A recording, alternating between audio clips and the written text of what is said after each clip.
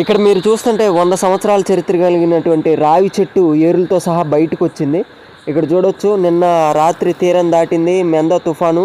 దాని గాలులకి బాగా తుఫాను దెబ్బకి ఇదైతే చెట్టు ఒరిగిపోయిందనమాట. ఏరులతో సహా పెకిలించబడి బయటకు వచ్చేసింది.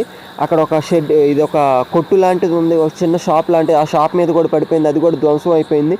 వెంటనే నిన్న నైట్ నుంచి ఎస్డిఆర్ఎఫ్ వాళ్ళు రెస్పాండ్ అయ్యి ఈ సహాయక చర్యల్లో పాల్గొన్నారనమాట. ఆ కొమ్మలు, రోడ్ల మీద పడినటువంటి కొమ్మలను తొలగిస్తున్నారు. దగ్గర దగ్గర ఒక 15 మంది దాకా వచ్చారు. ఇక్కడ మనం చూస్తే ఒక వ్యాన్లో వచ్చారు ఎస్డిఆర్ఎఫ్ వాళ్ళు రాత్రి నుంచి శ్రమిస్తున్నారు. వానలో సైతం, కరెంటు లేకపోయినా సైతం, గాలిలో సైతం వాళ్ళు రెస్క్యూ ఆపరేషన్ అయితే చేశారనమాట చెప్పొచ్చు మనం. చాలా కష్టపడి వీటినన్నింటినీ తీసేస్తున్నారు. మార్నింగ్ కూడా కరెంట్ లేదు. ఇది పందిలపల్లిలోనే ఉన్నటువంటి మెయిన్ రోడ్డు కాబట్టి మొత్తం క్లియర్ చేస్తున్నారు. ఒంగోలుకి, వేటపాలానికి, చీరాలకి మధ్యలో ఉన్నటువంటి మెయిన్ రోడ్డు పందిలపల్లి.